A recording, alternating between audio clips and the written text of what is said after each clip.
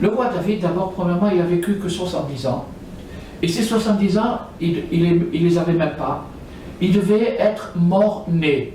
Il devait mourir le jour de sa naissance. Il était condamné à être un mort-né. Mais le premier homme qui a vu toutes nos âmes, le premier homme contenait en lui toutes les âmes de l'humanité, tout était en lui.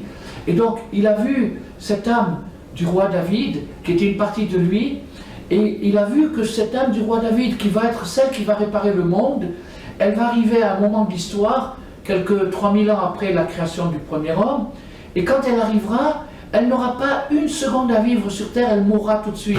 Alors qu'est-ce qu'il a fait? Il lui a donné 70 ans.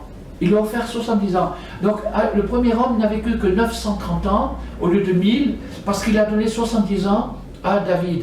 En vérité, David c'est lui, le premier homme, et David c'est la même personne réincarnée. Mais en attendant, le roi David n'a pas reçu ses 70 ans d'un coup.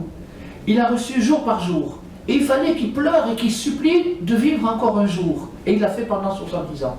Donc, chaque jour, qu'est-ce qu'il faisait à la fin de la journée? Il prenait son cahier et son stylo, et il écrivait tout ce qui s'était passé pendant la journée. Mais il écrivait d'une manière poétique, parce que c'était un grand poète et c'était un prophète. Et donc, il écrivait ce qui s'était passé, et en fait, c'était un dialogue avec Dieu, et il écrivait: mon cher Dieu, voilà aujourd'hui, ça n'a pas été trop brillant, j'ai eu des épreuves, j'ai pas tellement tenu le coup, etc. Mais tu vas voir, demain ça sera mieux, etc. Il écrivait ça, vous pouvez voir, le livre des psaumes est rempli de ça.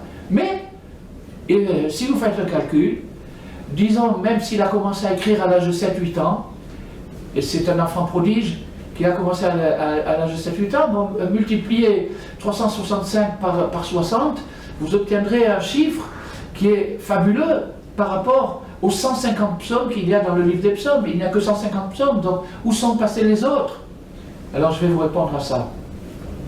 Les autres psaumes, ceux qui ne sont pas dans le livre des psaumes, sont les poèmes personnels du roi David qui ne concernent que lui, qui ne concernent que le roi David. Donc, les autres, ceux qui sont dans le livre des psaumes, sont ceux qui concernent tout le monde.